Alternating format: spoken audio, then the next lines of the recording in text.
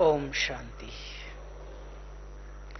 आज का टॉपिक है कि हेल्थ, वेल्थ और हैप्पीनेस कैसे प्राप्त करें। क्योंकि बाबा कहता है कि बच्चों को 21 जन्मों के लिए बाबा हेल्थ, वेल्थ और हैप्पीनेस देता है। लेकिन आप पूछेंगे कलयुग और स्वर्ग, सतयुग में अंतर यही है। कलयुग में भी देखना किसी के पास बहुत सुंदर हेल्थ है, शरीर बहुत अच्छा है, लेकिन खाने के लिए कुछ भी नहीं है। किसी के पास बहुत खाने के लिए है, लेकिन सदा तन बीमार है, इम्बैलेंस है, एक है तो एक नहीं है। तो शिव बाबा आकर के ऐसा ज्ञान देता है, कर्मों की ऐसी गति बताता है, बच्चे ऐसे कर्म करो तो हेल्थ, वेल्थ और हैप्पीनेस, तन भी निरोगी काया चाहिए, मन भी सदा निर्मल हर्षित और धन संपत्तियों से भरपूर जीवन हर एक व्यक्ति चाहता है। लेकिन आप पूछो अपने आप से, क्या अपने आप ऐसे मिलेगा? ये सृष्टि में नियम है कि खेती के अंदर एक बीज बोना पड़ता है। एक बीज बोलो तो 100 दाना लगेंगे। ऐसे नहीं एक बीज बोया ही नहीं आपने, अपने आप लग जाए, ऐसा तो नियम नहीं है ना। साइंस ने भी बहुत नियम बनाया, इन्वेंशन किया, लेकिन ऐसा कोई इन्वेंशन नहीं किया कि बिना बोए हुए, बिना किए हुए कुछ मिलना चाहिए। संभव नहीं है, कुछ तो करना पड़ता है, एक बीज बोना पड़ता है। तो यहां भी कि जितना ये तन, अगर आप चाहो 1 सेकंड भी शरीर में ज्यादा समय रहना चाहो, आप रुक सकते हो? नहीं है। ऑर्डर आया, शरीर छोड़ना ही पड़ेगा।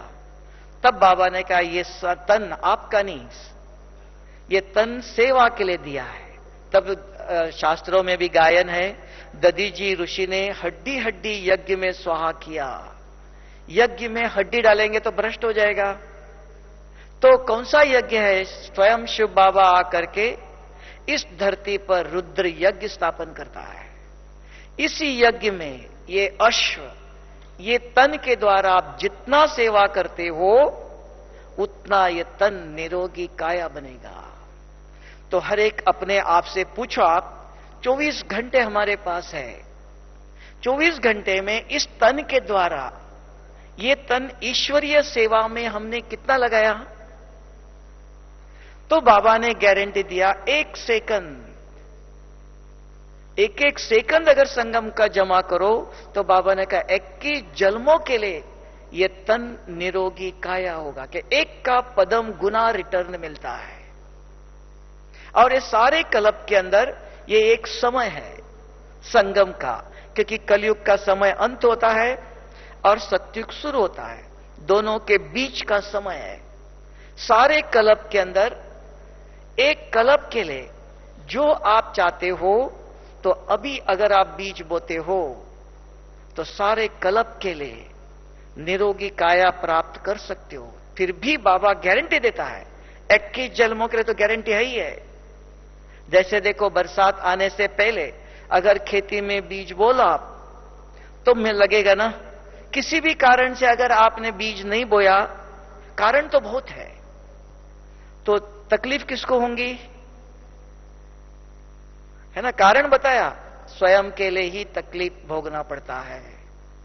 तो यहां भी संगम पर भी बाबा आके विधि बताता है, बच्चे 24 घंटे है आपके पास, उसमें से कितना समय आप ईश्वरीय सेवा में ये तन लगा रहे हो, आप गिनती करो। उतना 1 का पदम गुना आपको रिटर्न में कि शिव बाबा का वादा है कि बच्चे ये तन ईश्वरीय सेवा में लगाओ। नहीं तो हम एक व्यक्ति के लिए, एक परिवार के लिए लगा रहे, तो उनसे हमको रिटर्न क्या? मैं लगाना भी है नहीं, ऐसा नहीं।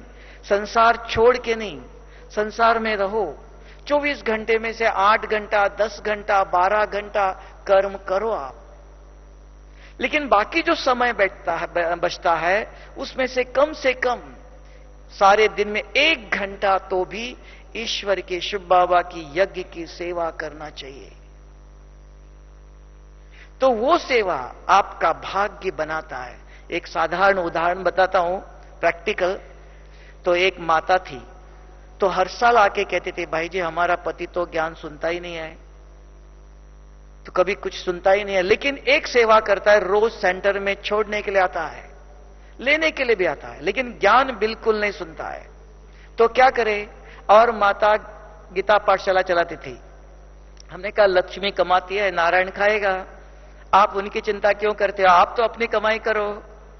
तभी तो लक्ष्मी नारायण कहा, लक्ष्मी कमाएंगी, आप नारायण की चिंता क्यों करते हो? नहीं, उनको भी तो ज्ञान सुनना है। हमने कहा आगे आएगा समय, आपसे भी आगे जाएगा। तो समय ऐसा आया कि भाई जी रोज छोड़ने के लिए आता था सेंटर। एक दिन सेंटर में भोग लग रहा था, लेट हो गया। भाई बाहर से आकर के गाड़ी में आके हॉर्न बजाने लग गया। तो देखा कौन आवाज कर रहा है, तो टीचर बाहर गई। तो कहा भाई जी अंदर आके बैठो, 5 मिनट लगेगा और भोग लगाने अभी तक। नहीं नहीं, मैं बाहर ही बैठता हूं। तो भी बहन जी आगे जाके कहा बाहर क्यों बैठते हो, अंदर बैठो। जब सन्मुख कहा तो आकर के बैठा, तो देखा सारे हॉल में इतने भाई बहने आते हैं, तो सब बैठे हैं यहां। देखा, एक एक को देखता रहा, तो उसके मन में एक विचार आया कि वातावरण भी अपने अंदर अच्छे स्वभाव को जागृत करता है, संस्कार को। तो कहा कि इनका ज्ञान नहीं सुनना चाहिए, यहां सेवा करना चाहिए। तो क्या करने लगा, सब उठ के चले गए। तो चद्दर बिछाई थी, वो चद्दर घड़ी करके रख देता था, रोज आके कोने में बैठ जाता था। और सब उठ के जाने के बाद कुछ सेवा करने का भाव कि सेवा यहां करे, तो चद्दर घड़ी करके रखता था। तो आज भी वाइफ ने शरीर छोड़ा, आज भी उनकी 2 लड़कियां हैं, उनको भी समर्पित किया और 24 घंटा सेवा में तत्पर। तो कौन आगे गया? तो कभी कभी माताओं के भाइयों के अंदर संकल्प चलता, हमारे परिवार वाले कब चलेंगे? हां, आप अगर विधि पूर्वक अपना ज्ञान योग, अपना स्वभाव संस्कार, तो बाबा ने कहा भी संस्कार का मिलन। अगर ज्ञान सुन के जाओ आप और घर में गुस्सा करो, कुछ बोलो, तो परिवार वाले ज्ञान में चलेंगे? आप पूछ लो। अगर माता कहते पति ज्ञान नहीं चलता, नहीं बच्चे नहीं चलते हैं। अगर आप ज्ञान में सुन के जाते हो घर सेंटर से और घर में जाके कुछ शब्द बोलते हो, गुस्सा करते हो, तो बच्चे ज्ञान सुनेंगे? उसके लिए भी एक प्रैक्टिकल एक उदाहरण बताता हूं। एक जगह मैं क्लास कर रहा था, तो बहुत सारे थे। तो क्लास करते समय हमने क्रोध का इफेक्ट क्या होता है, क्रोध करने से क्या हो रहा है, तो सुनाया। एक माता रोने लगी बहुत, तो मुझे लगा क्लास बीमार होंगी शायद। तो हमने दूसरी माता जी को कहा, माता जी उस माता जी को देखो, कुछ तकलीफ होंगी, दर्द होता होगा, बीमार होंगी। तो तुरंत कहने लगे, नहीं भाई जी मैं बहुत अच्छी हूं। लेकिन आज मुझे समझ में आया क्रोध का फल क्या मिलता है। कि हमने देखा 2 बच्चे हैं, बड़े हो गए हैं, शादी भी हो गई है, एक दिन भी मेरे पास नहीं आते हैं। एक दिन भी मैं बात करूं, फोन करूं, फोन पर भी बात नहीं करते हैं। तो मैं सोच रही थी आजकल दुनिया में बच्चे बिगड़ गए हैं, मां बाप की सेवा नहीं करते हैं, मां बाप को देखते भी नहीं है, मां बाप को रखते हैं वृद्धाश्रम में। तो आज समझ में आया ये क्यों? बच्चे नहीं बिगड़े हैं, हमने उनको बिगाड़ा है। तो आज हमको समझ में आया, बचपन में पति नहीं था तो मुझे नौकरी करने जाना था, बच्चे छोटे छोटे थे, उठते ही नहीं थे, तो मैं बहुत मारती थी, बहुत गुस्सा करती थी। तो आज मुझे समझ में आया मेरे कर्मों का फल है ये। तो पूछने लगी, भाई जी मैं जाके माफी मांगू? हमने कहा नहीं, माफी मांगने की जरूरत नहीं है। आपको पता है बच्चों का बर्थडे कब है, कभी केक बना के ले जाओ, कभी खाना बना के, वो नहीं फोन करेंगे, आप होके जाओ, आप होके संबंध जोड़ो। क्योंकि आपको आज समझ में आया, बचपन में बच्चे नहीं सुनते हैं, मारते हैं, हम गुस्सा करते हैं, तो बच्चों को याद रहता है। आत्मा तो वही है, शरीर ऑर्गन छोटा हो गया तो क्या हो गया? तो बच्चे मां बाप की सेवा कैसे करेंगे, मां बाप के नजदीक कैसे आएंगे? तो इसलिए बाबा कहता है ज्ञान सुना, ज्ञान को आचरण में लाओ। लोग सुनना नहीं चाहते, अभी कुछ देखना चाहते हैं। भले एक ही शब्द, एक ही बाबा के महावाक्य सुनो, तो परिवार वाले क्यों नहीं चल रहे हैं? कि हम आचरण में नहीं ला रहे हैं। तब ये तन जितना आप यज्ञ की सेवा में लगाते हो, सवेरे 5 मिनट भी सेवा करो, 10 मिनट सेवा करो, तन कहां लग रहा है सारा दिन में, तो अपने आप निरोगी काया हो जाएगा? हो सकता है? आप बताओ, बिना सेवा किया कुछ नहीं करो तो यज्ञ, बाबा ने कहा ये यज्ञ मन इच्छित फल देगा। कब देगा? कि इस यज्ञ की सेवा करनी पड़ेगी। भगवान के पास भी कुछ नहीं, कोई आया उठा के दे देगा, बाबा ये दर्द ले लो, बीमारी ठीक करो, है ना? बाबा ने कहा विधि बताता, इसलिए भगवान कौन? भाग्य विधाता है, भाग्य बनाने की विधि बताता है, अपने आप ठीक नहीं करता है। तो वो कौन है शिव बाबा? बच्चों का, एक एक बच्चों का भाग्य बनाने के लिए आया है, लेकिन अपने आप तो नहीं बनेगा ना, भाग्य बनाने की विधि।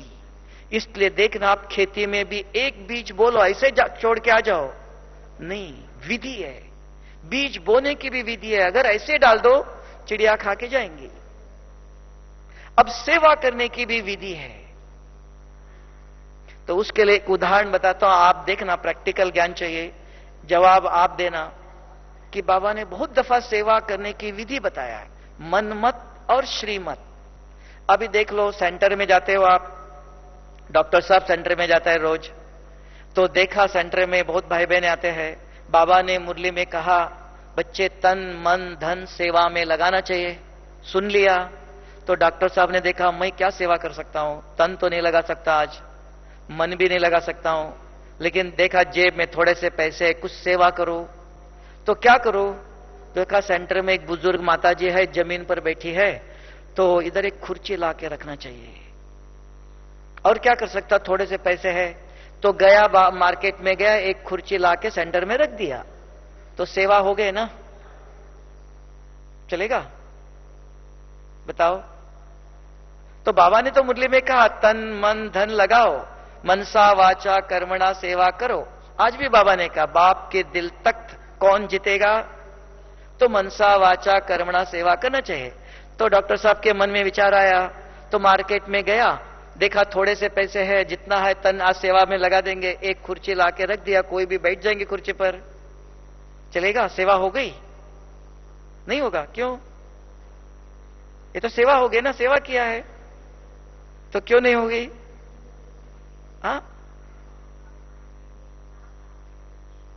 हाँ, किसी को तो सुख मिला ना, कोई जमीन पर बैठे थे, बुजुर्ग माताएं बैठ नहीं सकती है, तो उन्होंने सोचा ये खुर्ची पर बैठ जाएंगे आराम से, तन अच्छा हो जाएगा, तन को आराम मिलेगा, तो सेवा हो गया ना। हाँ, जानना चाहिए। तब कहा कि वहां सेवा करते हो तो निमित्त टीचर है।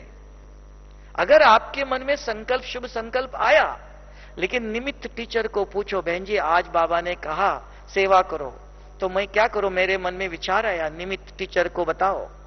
अगर निमित्त टीचर को बता करके कुछ करते हो तो एक का पदम गुना जमा हो गया। अगर मन में संकल्प आया, चला गया और तुरंत लाके सेवा करो, तो नहीं, श्रीमत नहीं, मन मत हो गया। तो सेवा भी कभी करते हो, किस प्रकार होना चाहिए? तो श्रीमत। तब बाबा ने कहा यज्ञ की सेवा करना है तो किस विधि से करना चाहिए, वो भी जानना जरूरी है। इसलिए एक एक का एक एक एग्जाम्पल दिया कि तन के द्वारा क्रोध करते हो, है ना, तो गुस्सा आता है, ज्ञान सुन के गए तो परिवार वाले कैसे ज्ञान मानेंगे? अपने आप तो थोड़ी सुनेंगे, वो देखना चाहते हैं आपने ज्ञान सुनने के बाद आपके जीवन में क्या परिवर्तन हुआ है। तब वो सुनेंगे, देखेंगे कि हमको भी ऐसे इनके जैसे करना है, इनके जैसे रोज क्लास में जाना है। कितना भी पति गुस्सा करता है, युगल गुस्सा करती है, मानती नहीं, तो भी आप चुप रहो। बाबा ने श्रीमत दिया है, बच्चे आप चुप रहो। नहीं बाबा आज चुप रहेंगे, कल पत्थर पर मारेंगे, फिर थप्पड़ भी मारेंगे, बाबा और ड्रामा देख लेगा।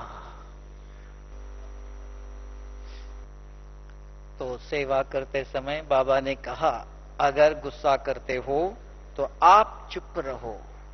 नहीं बाबा हुआ और कुछ करेंगे, तो बाबा ने कहा बाबा और ड्रामा देख लेगा कि आपको आज्ञा देने वाला, श्रीमत देने वाला कौन है? वो स्वयं आपका रक्षक है। तो ये स्मृति चाहिए। तो इसलिए आप पूछेंगे कि सिर्फ तन से सेवा करने से तन निरोगी काया होगा, नहीं। ये भी याद रखना कि अभी आप लोगों ने सबने यज्ञ की सेवा किया, आप अपने आप से पूछ लो कि सेवा करते सब्जी काट रहे हो, रोटी बना रहे हो, तन के द्वारा सेवा करते करते मन में क्या चल रहा था? नहीं तो हम वर्क कॉन्शियस का देह के भान में घर में भी रोटी बनाते हो, घर में भी सब्जी काटते हो, और यहां भी किया आपने, दोनों में अंतर क्या है? सेवा तो दोनों जगह करते हो, वहां भी करना है, यहां भी किया। अगर यहां सेवा करते करते जो सवेरे मुरली सुनी उसका मन में चिंतन करते हुए करते हो, नहीं तो तन के भान में आके सेवा करते हो, तो क्या होगा? जो कर्म कर रहे हो उसके संस्कार बनते हैं, कर्मों का प्रभाव पड़ता है। अगर कर्म करते समय शरीर का भान नहीं है, अपने को आत्मा समझकर अगर ज्ञान का चिंतन करते उड़ते आप कर्म करते हो, तो अंदर ज्ञान के संस्कार बनता है। तब बाबा ने कहा, एक का पदम गुना रिटर्न कब मिलेगा? किस स्मृति में सेवा कर रहे हो आप? सेवा तो जरूर करते हो, घर में भी रोटी बनाते हो, सब्जी बनाते हो, वहां भी सेवा करते हो, तो यहां भाग्य पुण्य आत्मा कब बनेंगे? भाग्य कब बनेगा? सिर्फ ऐसे नहीं, तो वहां यहां एक का एक गुना मिलेगा। अगर तनी सिर्फ लगा रहे हो, अगर सेवा करते करते में इधर उधर देखते रहते हो और इधर उधर की बातें करते हो, तो मन के अंदर व्यर्थ, यहां कर्म करते वरते घर में बच्चों ने खाना खाया कि नहीं है, बच्चे क्या कर रहे हैं, अगर वहां का विचार करते हुए सेवा कर रहे हो, तो एक का एक गुना मिलेगा, एक का पदम गुना नहीं। तन लगा रहा है, मन कहां है? जमा कैसे होगा? भाग्य कैसे बनेगा? विधि है। तो तन में द्वारा सेवा करते समय, यज्ञ में यहां सेवा कर रहे हो, रोटी बनाते हो, तब बाबा ने कहा ब्रह्मा भोजन है ये। आप घर में भी खाना बना रहे हो, यहां खाना बनाते समय किसके लिए बना रहे हो? वहां पति के लिए बना रहे, बच्चों को ये सब्जी चाहिए। यहां खाना बनाते समय बुद्धि में कौन है? बाबा को भोग लगने वाला है, शिव बाबा को भोग लगने वाला है। कौन है वो? पवित्रता का सागर है, अन्नदाता है, उसको भोग लगने वाला है। इस स्मृति में अगर कर्म करते हो, तब वो ब्रह्मा भोजन होता है। और ब्रह्मा भोजन खाने से निरोगी काया बनेंगी, सब कलह क्लेश मिट जाएगा।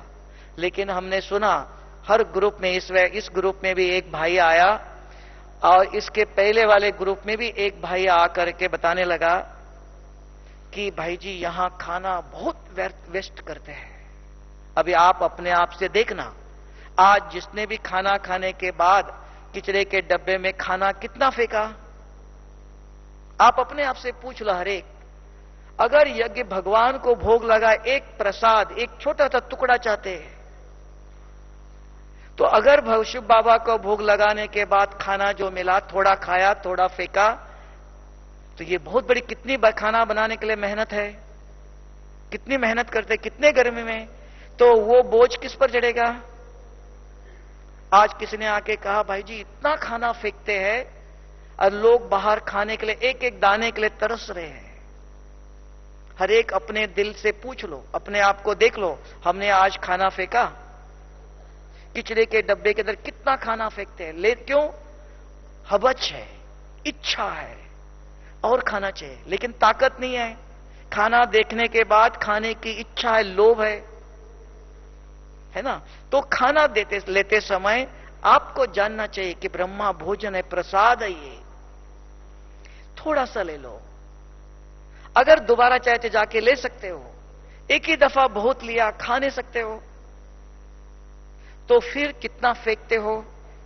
आज अभी जो हॉल में बैठे हाथ उठाओ सच्चे दिल से, जिसने आज खाना फेंका है, तो वो हाथ उठाओ, देख लो सच्चे दिल से, तो बाबा माफ करेगा। हाँ, जो समझते हैं कि मैंने आज खाना बाहर फेंक दिया बहुत ले करके, देख लो कितने भाई बहने हैं, है ना? तो जो हुआ हो गया पास्ट। आज के बाद याद रखना, आज नहीं, अब इसके बाद भी कभी भी आएंगे मधुबन में, ब्रह्मा भोजन का एक दाना भी फेंकना नहीं चाहिए। इतना इसका वैल्यू है। देखो दान करने वाले कितनी मेहनत से दान करते हैं, है ना? आप भी जानते हो, एक एक माता, एक एक भाई बहन देखो कितनी मेहनत करके धन कमाते हैं, पसीना पसीना करके, और वो बाबा के यज्ञ में देते। क्यों? बाबा मुझे एक का पदम गुना देगा।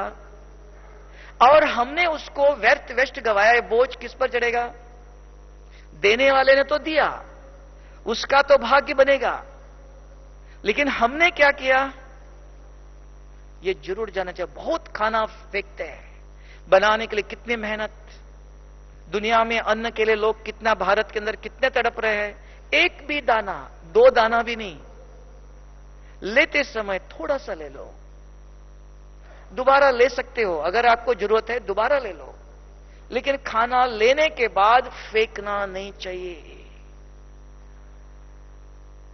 हो सकता है कि नहीं? नहीं तो ज्ञान बहुत हो गया है, प्रैक्टिकल आचरण में कुछ भी नहीं है। बहुत कुछ है, देखने वाला हर एक बताते हैं कितना खाना फेंकते हैं यहां। तो इस पर ध्यान देना चाहिए, है ना? पानी भी कहा, पानी का नल खोलते हैं और वहां ही कुल्ला करते हैं, वहां खांसी करते हैं, दूसरा मुंह धो रहा है ना? कि हाथ धोने के समय पर पानी भी बहुत वैल्यूएबल है। प्रैक्टिकल कुछ मैनर्स है ना, दैवी गुण, उसको कहा। आज बाबा ने कहा क्या क्या, 5-6 बातें बताई थी, है ना? तो एक क्या कहा? दैवी गुण यहां ही धारण करना है, दैवी गुण संपन्न यहां ही बनना है, वहां जाने के बाद नहीं। सत्युग में जाने के बाद बनेंगे, तो वो गुण यहां चाहिए। तो थोड़ी मैनर्स। और हमें एक देखता हूं रोज अनाउंसमेंट किया जा रहा है, माताएं नहीं भी है, लेकिन एक भारत की सभ्यता भी है, थोड़ा जनरल नॉलेज भी हमें है कि रोज अनाउंसमेंट करना पड़ता है कि माताएं बैठो, दादी बैठी है। तो इतना अगर हमने ज्ञान नहीं सुना और आत्मा समझ के शिव बाबा को याद करो, स्वर्ग लाएंगे, कैसे आएगा ये सभी? हो सकता है ये जनरल है, साधारण मैनर्स है, दैवी गुण है। कोई भी शाम क्लास में आए हो, बैठे हो, हां जब तक क्लास चलता है 15 मिनट, आधा घंटा, 1 घंटा पहले से तैयार करके आओ, मुझे 1 घंटा क्लास में बैठना है। कहीं भी जाते हो, घर में मेहमान आने के बाद खाना नहीं बनाते हैं ना, पहले से तैयारी करते हैं ना। तो आप देखो, घर से आप मधुबन में आए, सब तैयारी करके आए ना।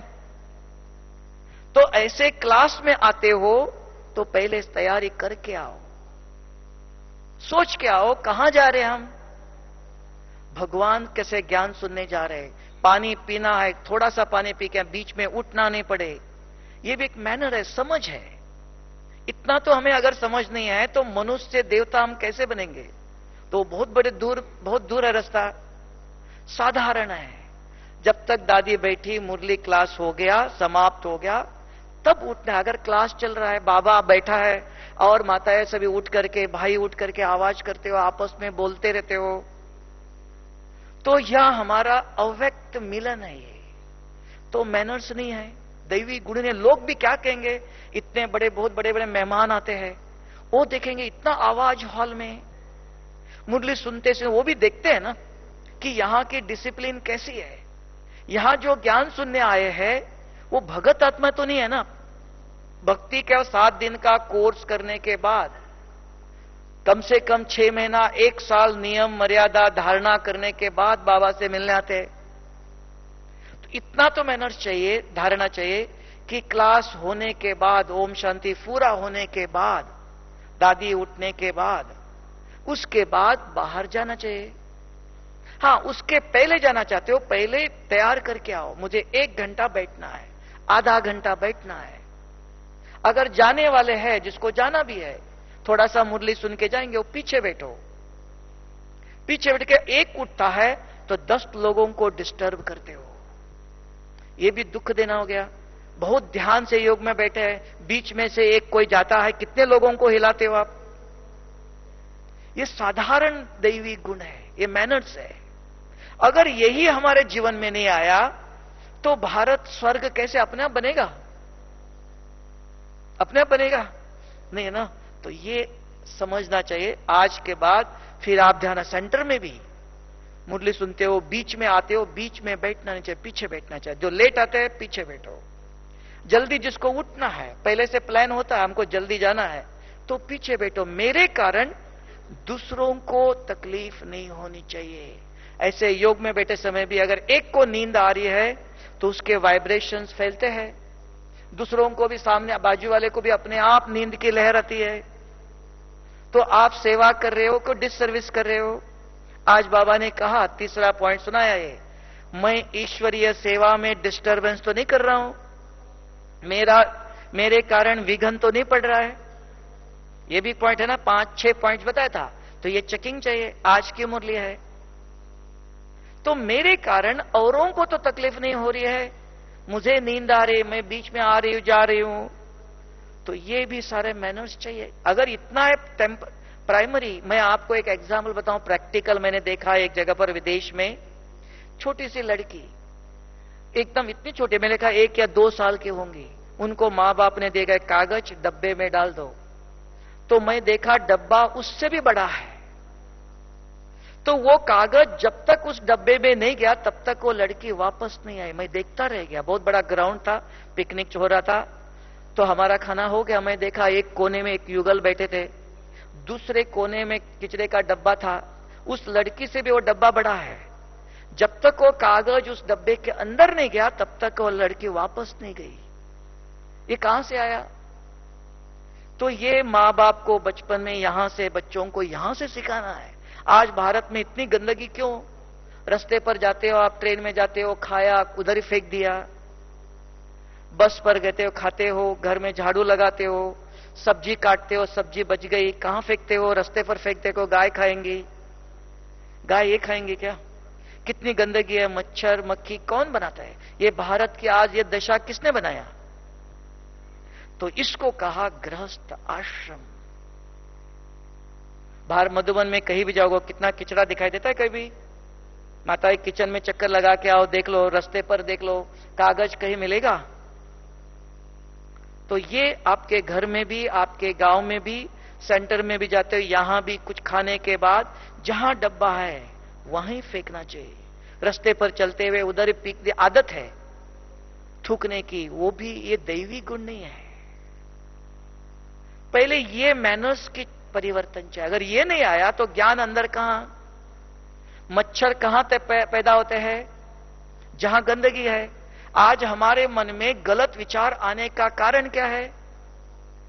तन स्वच्छ नहीं है। तब बाबा ने कहा तन और मन की स्वच्छता नंबर 1 पवित्रता है। अगर सत्युग में जाना चाहते हो आप, तो नंबर 1 पवित्रता क्या है? Physical and mental cleanness is purity for the subject. Satyug की प्रजा बनना चाहते हो आप, सिर्फ प्रजा, तो शरीर और मन स्वच्छ चाहिए। शरीर के अंदर गंदगी, बहुत पसीना आता है, गंदगी है, तो कोई बाजू में बैठा उसको बास आ रही है, नहीं, शरीर को स्वच्छ। देवताओं के शरीर से सुगंध आता था, तो यहां से संस्कार डालेंगे ना। ये है आध्यात्मिक स्पिरिचुअल लाइफ स्टाइल है। बाबा ने कहा परमात्मा आकर के, भगवान आकर के हमें ये मैनर्स, ये आचरण करने के लिए विधि बताता है। किसके नियम अनुसार चल रहे हैं? कलयुगी दुनिया के नियम से नहीं चल रहे हम। हमारे नियम किसके अनुसार चल रहे? किसके डायरेक्शन दिया हमको? तो परमात्म आज्ञा है, परमात्म लाइफ स्टाइल है। तो शरीर स्वच्छ होना चाहिए। तब शरीर के अंदर अगर स्वच्छ शरीर है, अपने आप अच्छे विचार आते हैं। गलत विचार आने का कारण भी पेट साफ नहीं है, शरीर स्वच्छ नहीं है, स्नान नहीं किया है, तब ब्राह्मण 2 दफा शरीर को स्नान करते हैं। शरीर स्वच्छ होना चाहिए। अगर कोई खुजली खाती, क्यों खा रही है? जर्म्स है। अगर माइक्रोस्कोप से देखो इतने बड़े बड़े जर्म्स घूमते हैं। तो शरीर को स्वच्छ रखो। तो शरीर के द्वारा जब यज्ञ की सेवा करते हो, सब्जी काटते हो, तो अनाज साफ करते हो, तब एक भी पत्थर नहीं जाएगा। नहीं तो मन स्वच्छ नहीं है, तन भी स्वच्छ नहीं, चलो कैसे भी सब्जी काट लो, कैसे भी करो, तो खाना जो बनाते हो ब्रह्मा भोजन तब होगा। घर में करो, सेंटर में करो, मधु बनाने के क्या यज्ञ भी करो, तो ये ब्रह्मा भोजन तब होगा। स्वच्छता चाहिए एक। दूसरा, मन स्वच्छ। मन कैसा स्वच्छ रहेगा? तो मन के लिए जो बाबा ने ज्ञान सुनाया, मन के अंदर ज्ञान का चिंतन चाहिए। एक रोज मुरली सुनते हो तो 3 तरीके हैं। आपको नहीं, हम भी ऐसे करता हूं कि मुरली एक बार सवेरे सुनो, याद नहीं रहती है। मुरली को याद रखने की तरीका है। जैसे आप देख लो, इंग्लिश में कहते हैं उसको healthy mind in a healthy body. मना शरीर भी हेल्दी चाहिए और मन भी चाहिए। लेकिन आप शरीर को सारे दिन में 3 दफा खिलाते हो कम से कम। आत्मा को कितनी दफा खिलाते हो? कितनी दफा खिलाते हो? कौन शक्तिशाली है? आत्मा शक्तिशाली है कि शरीर है? तो शरीर जिसको ज्यादा खातिरी करो वो शक्तिशाली शरीर है। इसलिए क्रोध छोड़ के जा ही नहीं रहा है, क्योंकि शरीर का ध्यान देते हो, आत्मा को खिलाते नहीं हो। तो हां, शरीर किसका मतलब शरीर को खाना नहीं खिलाओ, नहीं खिलाओ, 3 दफा शरीर को खिलाओ। आत्मा को भी 3 दफा खिलाओ। कैसे खिलाएंगे? सबसे सहज तरीका है, जब मुरली सुनते हो अच्छी तरह सुनते रहना। एक मुरली के पॉइंट जो आपको अच्छा लगा, वो मुरली के पॉइंट लिख करके अपने जेब में रखना। डायरी में रखेंगे, डायरी एक जगह पर और आप एक जगह पर होते हैं, तो लिख करके अपने साथ जेब में रखो। मुरली क्लास के बाद गए, नाश्ता करने बैठे, शरीर को नाश्ता खिला रहे हो, उसी समय जेब से निकाल के पढ़ो, आज बाबा ने मुझे क्या कहा था। आत्मा को भी खाना खिलाओ, दोनों खा रहे, तन भी बनेगा शक्तिशाली, मन भी बनेगा। फिर भूल गए, उसके बाद दिन में खाना खाने के लिए टेबल पर बैठते हो, खाने खाने बैठते खाना सामने आते ही जेब से निकालो, आज बाबा ने मुझे क्या सुनाया था। ऐसे रात को खाना खाने बैठते हो, है ना। तो सबसे सहज, बहुत कठिन, बहुत 10 दफा मुरली पढ़ी, कोई फायदा नहीं, याद नहीं रहती है। बार बार 10 वो पढ़ने से नहीं, एक ही दफा पढ़ो, लेकिन अपने आप को कम से कम 3 दफा पढ़ाओ। शरीर को खाना सवेरे खिलाया, शाम को क्यों खिलाते हो? सवेरे तो खाया था ना। शरीर को भी 4 घंटे के बाद खाना चाहिए। तो आत्मा को भी भूख लगती है, आत्मा को भी ज्ञान खिलाएंगे ना, किस खाना खिलाएंगे। आत्मा का भोजन है ज्ञान। तो दिन में रात को खाना खाना बैठते हो, मुरली ढूंढने जाओ, याद मिलेगा नहीं, आपके जेब में ही है। तो इस हाथ से खाना खा लो, शरीर को खिलाओ, इस हाथ से खोल के देखो आज बाबा ने क्या सुनाया था। अगर थोड़ा दिन आप करके देख लो, आदत डालो, सबसे सहज। सवेरे मुरली लिख सुनने के बाद लिख के रखना चाहिए। अगर याद नहीं रखते हो, माताएं भी एक सेवा कर सकते हैं, बच्चों की, पति की सेवा करो। जब खाना खिलाते हो, किसको खिला रहे हो आप? हां, आत्मा को। एक खाना खिलाते खिलाते माताएं पति को, बच्चों को आज की मुरली के पॉइंट सुनाना। देखो आज बाबा ने बहुत अच्छा एक पॉइंट सुनाया था, है ना। दोनों, तन को भी खिलाओ और आत्मा को भी खिलाओ, मन को भी खिलाओ।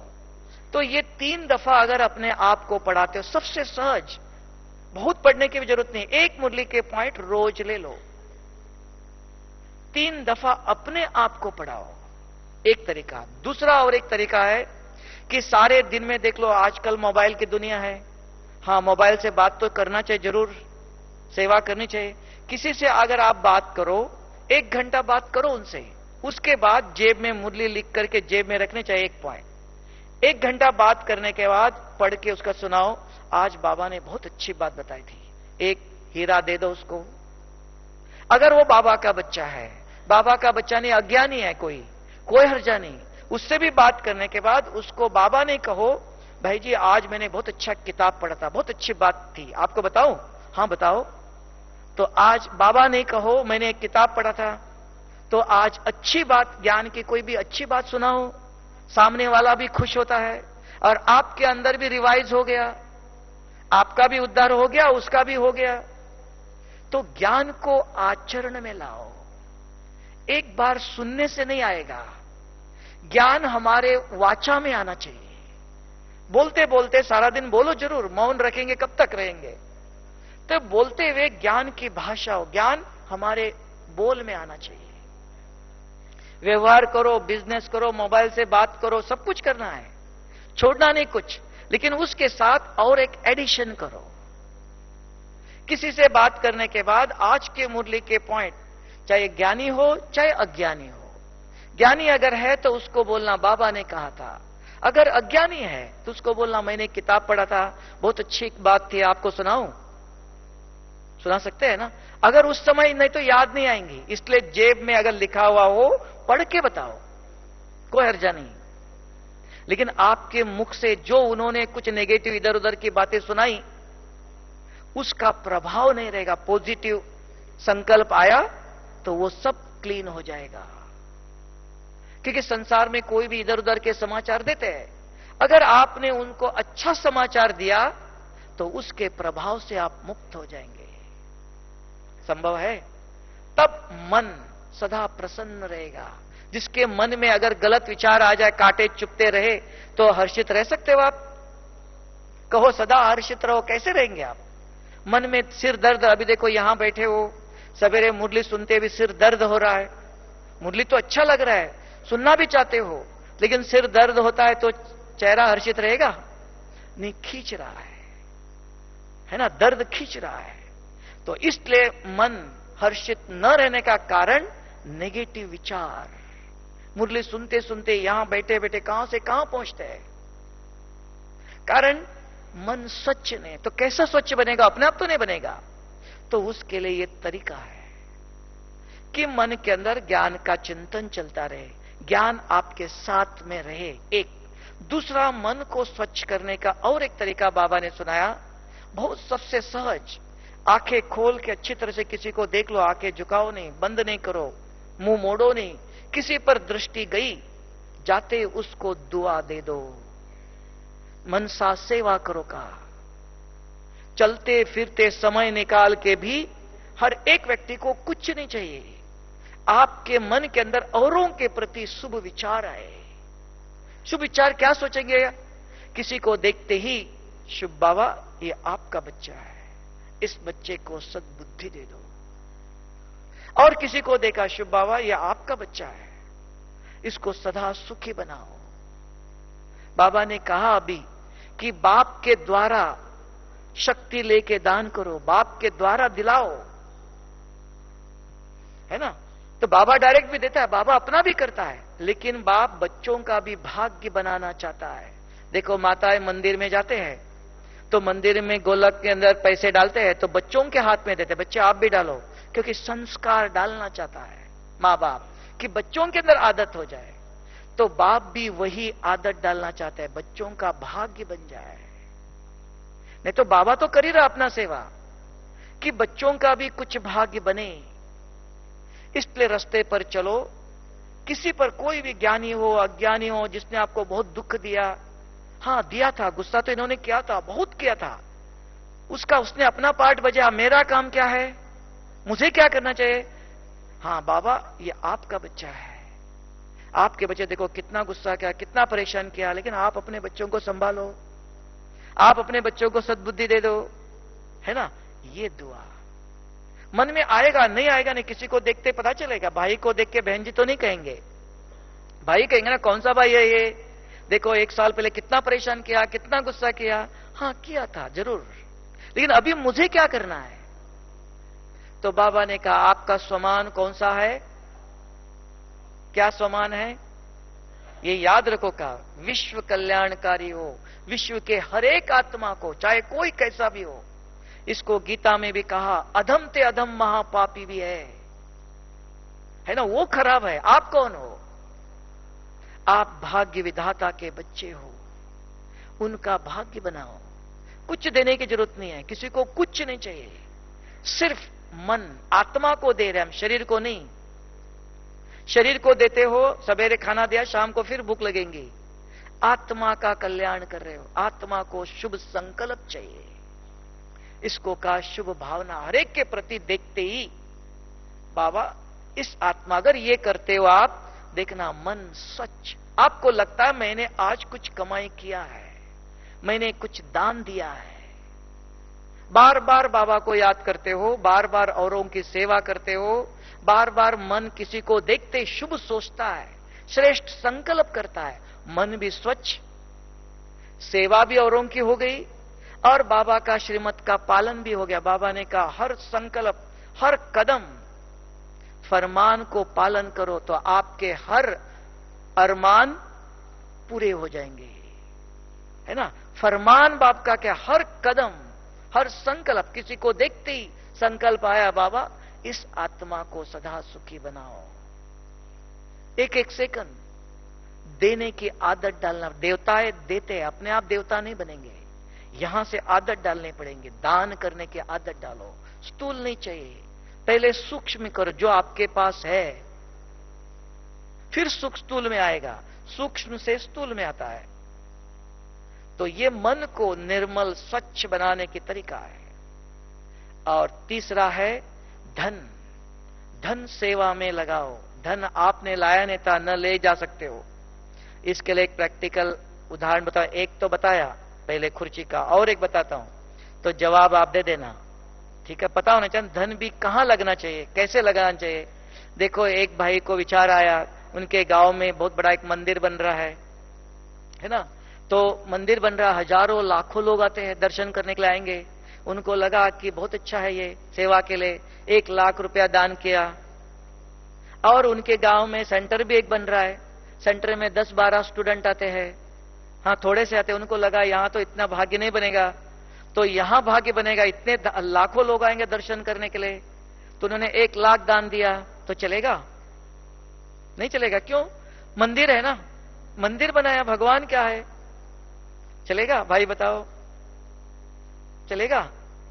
भाई कहता चलेगा, है ना, कि मंदिर बन रहा, अच्छा है।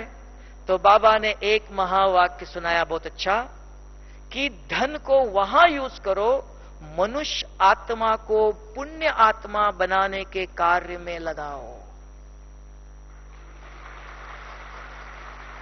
धन कहां लगाओ? मनुष्य आत्मा को पुण्य आत्मा बनाने के कार्य में लगाओ। पहले कहा था मनुष्य को देवता बनाने के, अभी बाबा ने कहा मनुष्य आत्मा को पुण्य आत्मा। अभी आप देखना, मंदिर बन गया, लाखों लोग आते हैं, हाथ जोड़ते हैं, नारियल केला रखते हैं, पूजा करते हैं, बाहर जाके गुस्सा करते हैं, चोरी करते हैं। तो उन्होंने कुछ कमाई किया, भाग्य बना, आपको क्या मिलेगा रिटर्न? उन्होंने कुछ तो कमाई नहीं किया। नहीं तो जैसे आप खेती में एक बीज बोलो तो 100 दाना लगेंगे, बोझ कुछ उगेगा तो मिलेगा ना। आपने तो बीज डाला, चिड़िया खा के गई, क्या मिलेगा आपको? कुछ नहीं मिलेगा। मंदिर तो बन गया, हजारों लोग आते हैं, लेकिन दर्शन करके जाते, बाहर जाने के बाद गुस्सा भी करते हैं। तो उन्होंने क्या कमाया? आपको क्या मिलेगा?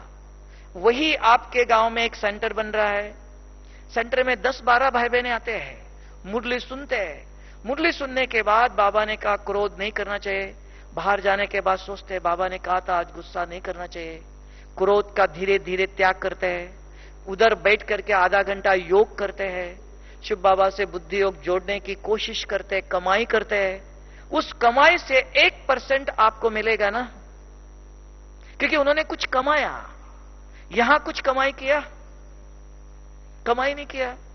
तो आपको कैसा? जैसे उदाहरण के लिए देखो, बैंक भी, अगर 2 भाई है, एक ही बैंक में जाओ, एक भाई ने 100 रुपया रख दिया बैंक में, और एक भाई, दूसरे भाई ने 100 रुपया दिया, मेरा 100 रुपया 10 साल के लिए रख दो, और 1 साल के बाद लेने जाओ, दोनों को 100-100 रुपया मिलेगा कि ज्यादा मिलेगा? कितना मिलेगा?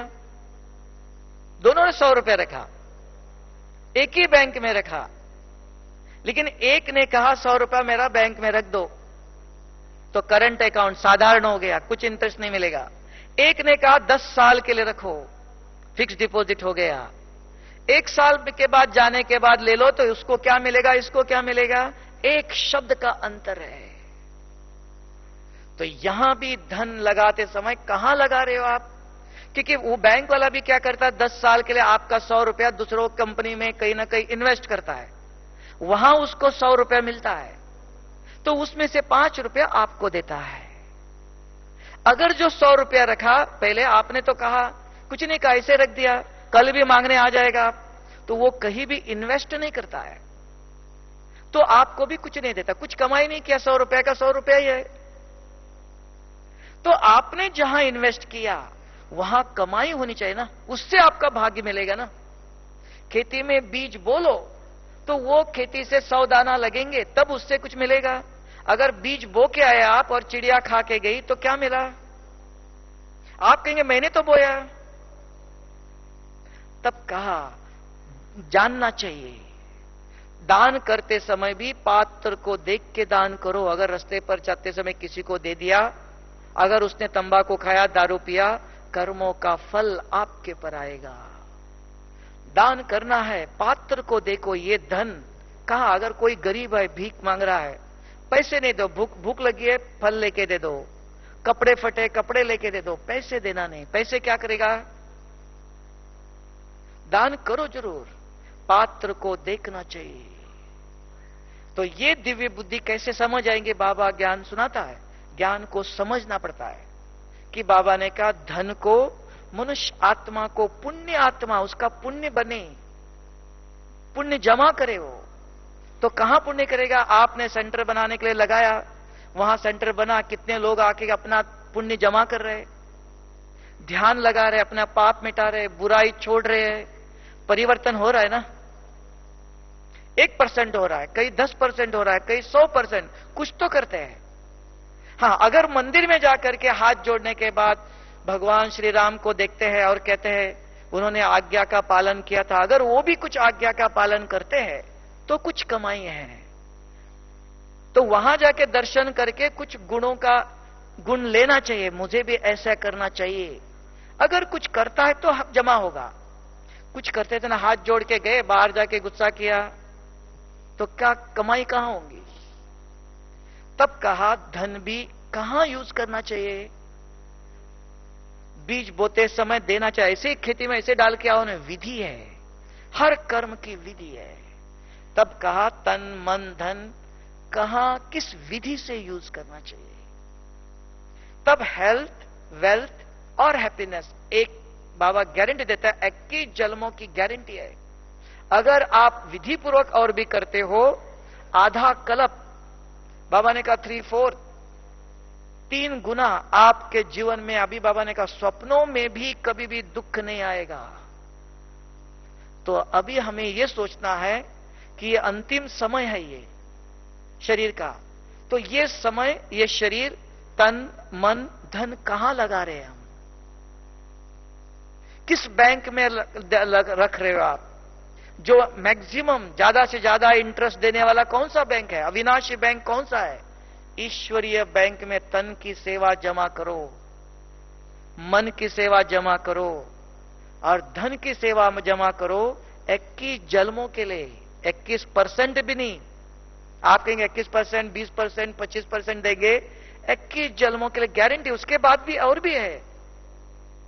तो इसलिए सोचना चाहिए, तन 24 घंटे कहां लगा रहे हम, मन कहां लगा रहे हैं, धन जो भी है आपने लाया नहीं था, न ले जाएंगे आप, कहां लगा रहे, थोड़ा सा सोचना। ठीक है। ओम शांति।